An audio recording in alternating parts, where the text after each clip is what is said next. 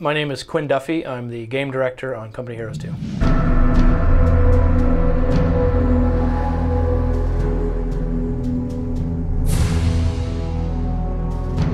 Well, we were introducing cold tech today in Company Heroes 2. It's sort of an offshoot of our Essence Engine 3, the brand new engine we're using to drive the development of the game. And cold tech deals with things like blizzard conditions, cold conditions, frozen ice, breaking ice, everything that sort of builds on the sort of mythos of the brutal cold of the Eastern Front.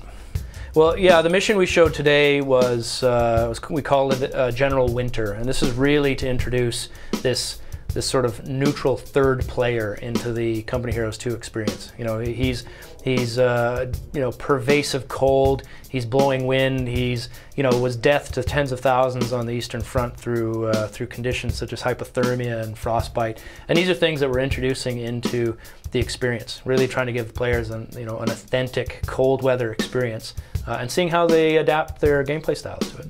Company Heroes 2 isn't just set in the winter. I mean, this is a vital part of combat on the Eastern Front, was fighting during the winter months and the effect on troops. But the story sort of covers the breadth of the war from 1941 to 1945, and so we're going to see a variety of weather conditions.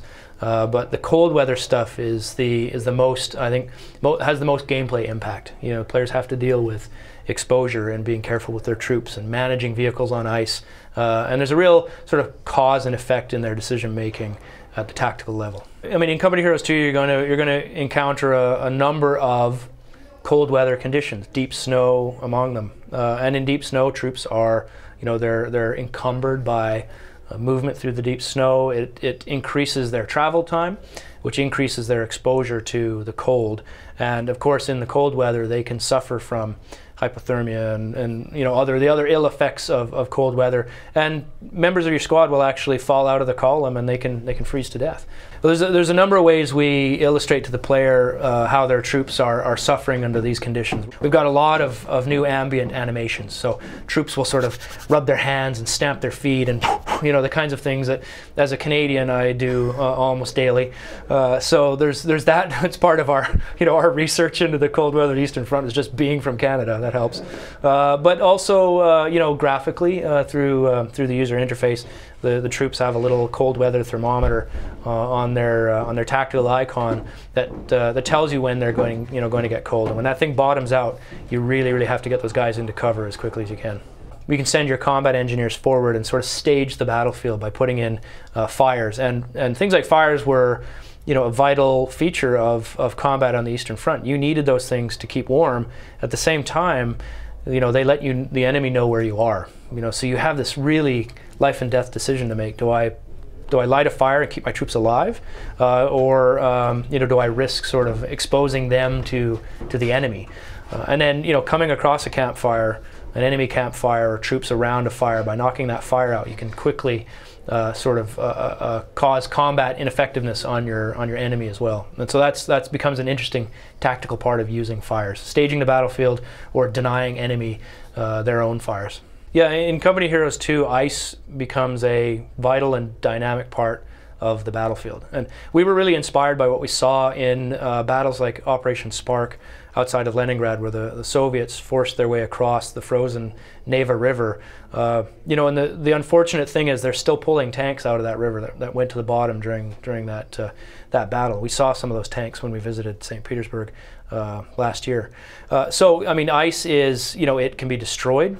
It could also refreeze, and so players are able to navigate around it at various times and in various places. So it becomes almost like a really super big bridge that can be blown out in parts, and you want to be able to trap your enemy on the ice. We're designing maps to actually use ice and to make crossing the ice a vital part of the tactical experience. So you can put mines on specific crossing points or on unexpected crossing points. You can also cover that ice with things like mortars and heavy artillery and the Katyusha rockets that you saw today barraging the German tanks coming across the ice. So there's a variety of ways to destroy the ice when the enemy is crossing. You want to be able to lure the enemy onto the ice. and also being able to see what's going on. You need to keep units there to kind of spot. You can't just willy-nilly blow up the ice all over the place because you don't know what's coming. Well, we've introduced a couple of new units in the demonstration we gave of Company Heroes 2 today. We've got sort of ends of the extreme. We've got the super heavy KV-1, which when it appeared in the 40s, early 40s, 1940, and when the Germans first encountered it in 1941, they had no ability to destroy this vehicle. I mean, the armor was unprecedented. And there's stories of KV-1s destroying mass columns of German vehicles. There was one particular engagement outside Leningrad where one KV-1 destroyed 22 tanks. Took 135 hits, and none of them penetrated the armor. So these are lumbering giants, and they look really great in the game right now, belching diesel smoke and all this kind of stuff. And on the other side, you got extremely lightly armored but very, very powerful Katyushas. These are built on Soviet truck chassis. They can fire a vast barrage, 16 rockets off of their rail system, and they can cover an area of 2 to 3 football fields in just utter destruction. There's a huge psychological component to that weapon as well. They sounded terrifying to the enemy. You will definitely hear Katyushas on the battlefield, and I think when you do, we want players to have much the same reaction that their enemies did. That's kind of an oh crap moment. Yeah, big time. Yeah, there's a breadth of weapons that we're introducing on both sides. We're going to see the things that players expect, and probably a few little surprises we'll talk about later. But the Katyusha, when it was first put into combat, was considered a secret weapon. It was manned solely by the NKVD units in the army, because they were deemed to be the most politically reliable and the least likely to give these weapons up into German hands. So it was a super weapon when it was introduced. Well, we're releasing Company Heroes 2 early in 2013 on the PC.